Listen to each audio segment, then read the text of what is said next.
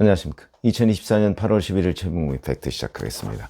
김경수 전 경남지사에 대한 복권이 언제부터 구상이 된 것이냐, 또 왜 윤석열 대통령이 압도적인 다수의 국민의힘 지지층이 반대할 것을 뻔히 알면서 해줬느냐, 뭐 이거는 이제 앞으로 계속 사실은 그 기자들이 취재해 나가야 될 대상입니다.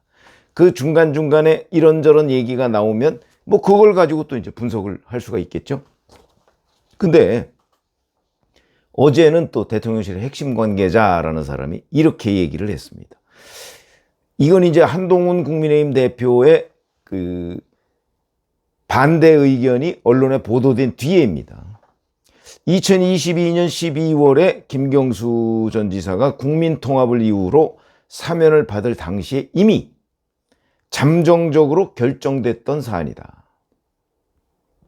당시 내부 논의 과정에서 김경수 전 지사가 선거사법민점을 고려해 총선 이후 복권을 하기로 했고, 이번 광복절 특사는 그 절차에 따라 진행하는 것일 뿐이다. 이렇게 얘기를 했습니다. 뭐 이것도 저는 상당히 중요한 발언이라고 보는데, 이미 2022년 12월에 이번에 사면해주고 총선 끝나고 나서 복권해주자, 이렇게 결정을 했었다는 거죠. 그렇다면 그 당시 법무부 장관이 한동훈이었습니다. 그러니까 이제 용산 대통령실에서는 아니, 한 대표는 그때 법무부 장관이었기 때문에 이걸 다 아는데 무슨 소리야, 지금 와서 왜 반대야? 만약에 그렇다면 지금 반대 이유가 이제 뭐 국민 여론을 왜곡하는데 앞장선 범죄자고 반성 안 하고 이런 건데, 그때도 마찬가지였습니다. 그럼 그때 반대하지, 그때 아예 사면도 반대하지, 이제 이런 그 얘기를 하고 있는 것으로 보입니다.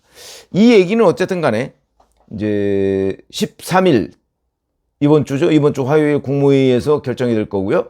그 다음에 윤석열 대통령이 결재를 하겠죠. 거기에 변함이 없다, 이런 거를 대통령실 관계자가 어제 토요일이지만 확인을 해준 거라고 보시면 되겠습니다.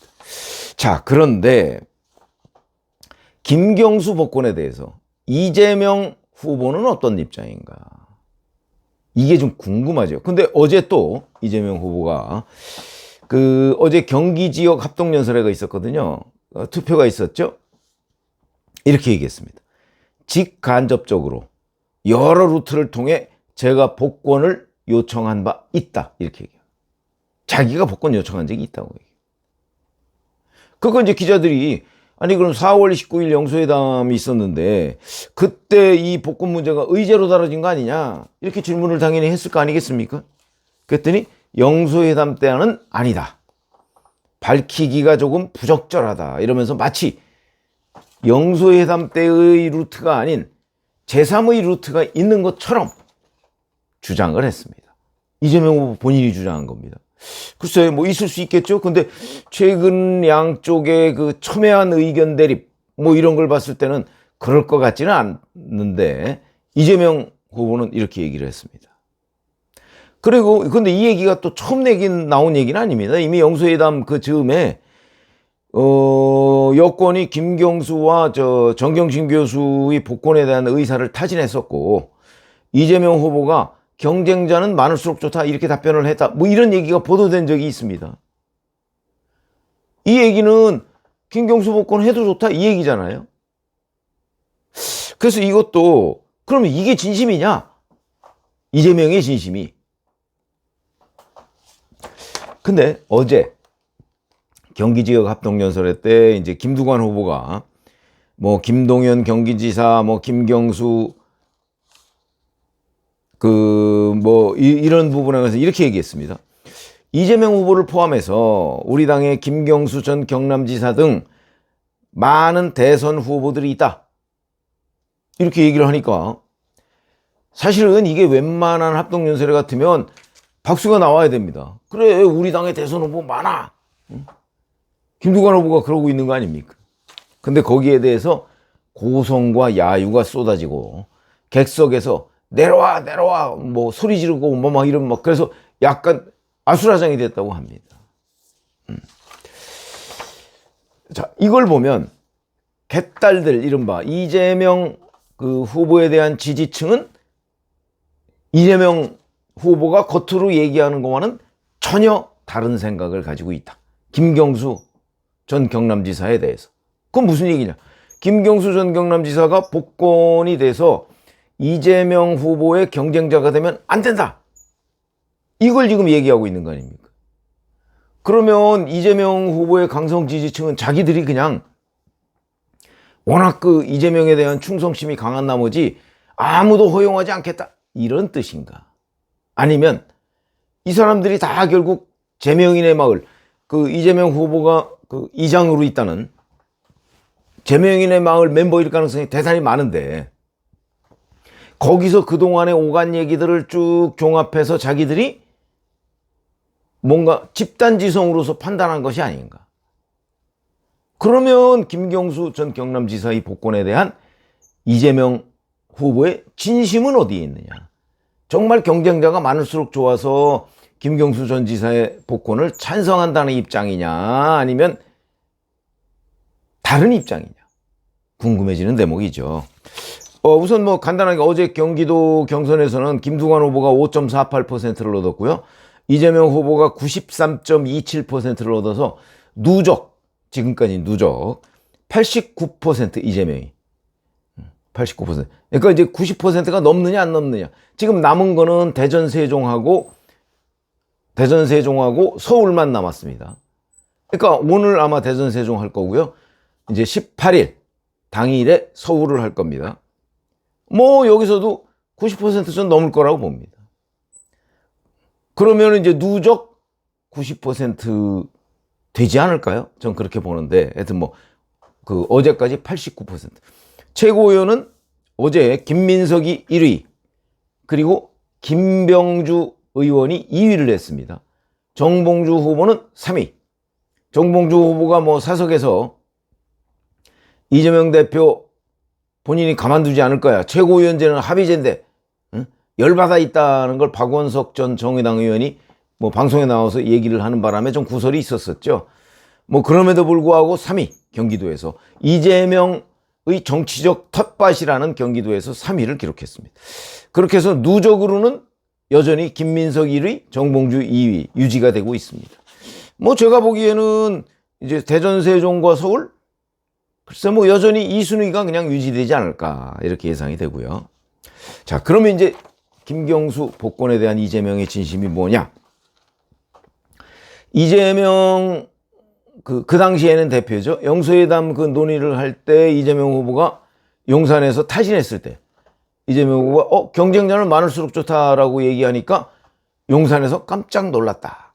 이렇게 언론에 보도된 적이 있습니다. 왜? 그런 답변이 안 나올 줄 알았는데. 그러면 이재명 당시 대표는 왜 이렇게 표현했을까?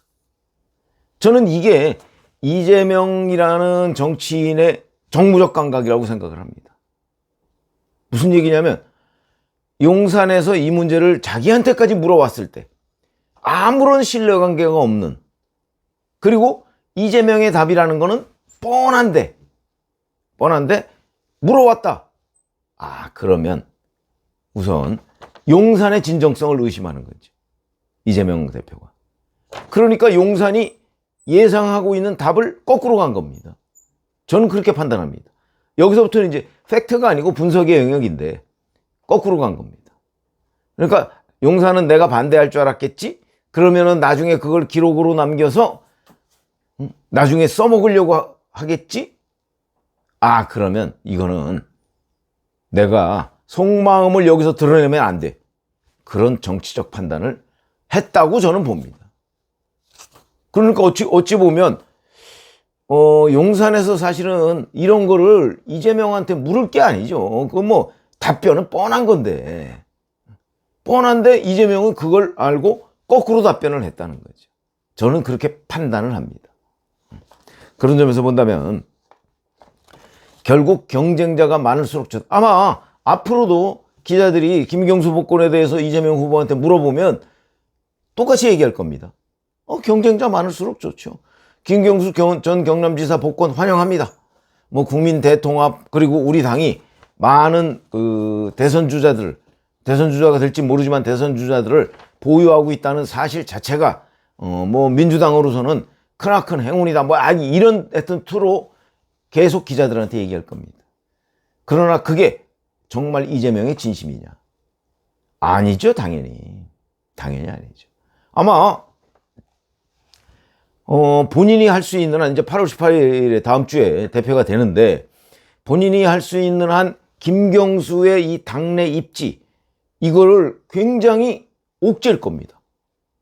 입지를 줄이기 위해서 각종 장치들을 하려고 할 가능성이 있어요. 그 장치가 뭐 당원 당규 뭐 이런 것일 수도 있고 당장 뭐 민주당 강령에다가 뭐 기본사회 추구 이런 거 넣는다는 거 아닙니까? 김경수 전 경남지사의 정책이 아닙니다. 이재명의 정책이죠. 이재명의 정책 자체를 당의 기본 강령에 넣을 정도면 이 당은 이재명 당이다. 김경수 얼씬거리지 마. 뭐 이런 거 아니겠습니까? 그렇기 때문에 자 지금 이제 앞으로 이 김경수 복권 문제에 대한 이재명 그 후보 이제 일주일 뒤에 대표 뭐 그래서 한동훈 국민의힘 대표는 이재명 전 대표 이렇게 안 하고 이재명 괄호하고 진 대표 이렇게 얘기를 한다고 하더군요. 진 대표 이게 뭔지 아십니까? 군대에서 진급 예정자는 그 뭐 예를 들어서 누구누구 뭐 대령 이렇게 해놓고 괄호하고 진 그러면은 곧 진급한다는 뜻입니다. 그렇게 나옵니다. 그래서 뭐 한동훈 대표는 이재명 진 대표 이렇게 그 아마 표현을 많이 하는 모양입니다. 곧 대표가 된다 이런 뜻이죠.